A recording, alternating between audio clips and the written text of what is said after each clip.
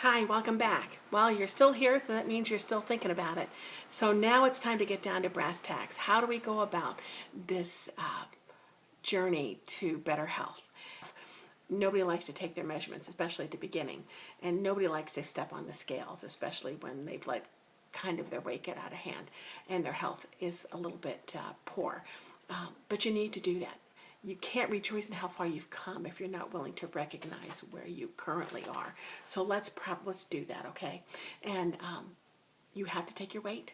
So get yourself a composition book, because we're going to do a food diary. That's important also. For some of us, we are mindless eaters and we eat automatically, not even aware of it, and of how much we actually eat.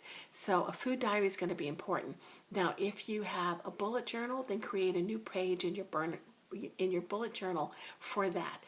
If you don't have one, that's quite all right too. You can get like a regular composition book, ruled lines, not a big deal, and start writing down everything that you eat. Yes, I said everything.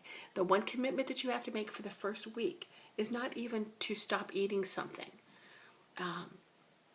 but everything that you eat, you're going to put the time that you ate it and what you ate. And it just helps you become a little bit more aware of what you're actually eating. That in itself usually helps you cut back a little bit, but you must make a commitment to yourself that you will write down everything you eat and the time that you ate it. Okay, that's a big help in figuring out where you are and where your problem areas are. Now, there are some great apps out there. MyFitnessPal is totally amazing. Look it up. It can take care of your weight. It tracks your measurements and what you eat. They even use the ability to scan the item, if it has a scan code, what you're eating, and it automatically will log that food on your food diary. They don't have the times of which you ate. That can be a problem, but you can still do that in the notes below.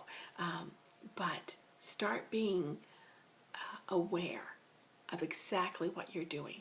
Now, you also have to move. One or the other is not going to work. You have to be willing to watch what you eat, and you have to be willing to move. And so these two things together, plus us working together, is what's going to really make a difference. Now, we are called the GAP group, and that's because that's Grace Accountability Partnership. So there is accountability. Thank goodness there's going to be a lot of grace, because we are going to be in desperate need of that. Now, let me encourage you. I had mentioned how a lot of you are just really concerned that you're going to have to say goodbye to delicious food. And I love delicious food as well. Where there's good news, there's delicious food out there that is delicious and actually good for you and will not kick you in the butt later on. The reality is, you may not know this, but your taste buds develop a taste for what you feed it. And so that's really true. When my husband and I got married, I only ate white bread. And when he told me he liked all these breads that were so good and had a lot of grains and things like that, I thought he lost his mind. I said, I don't eat lumpy bread.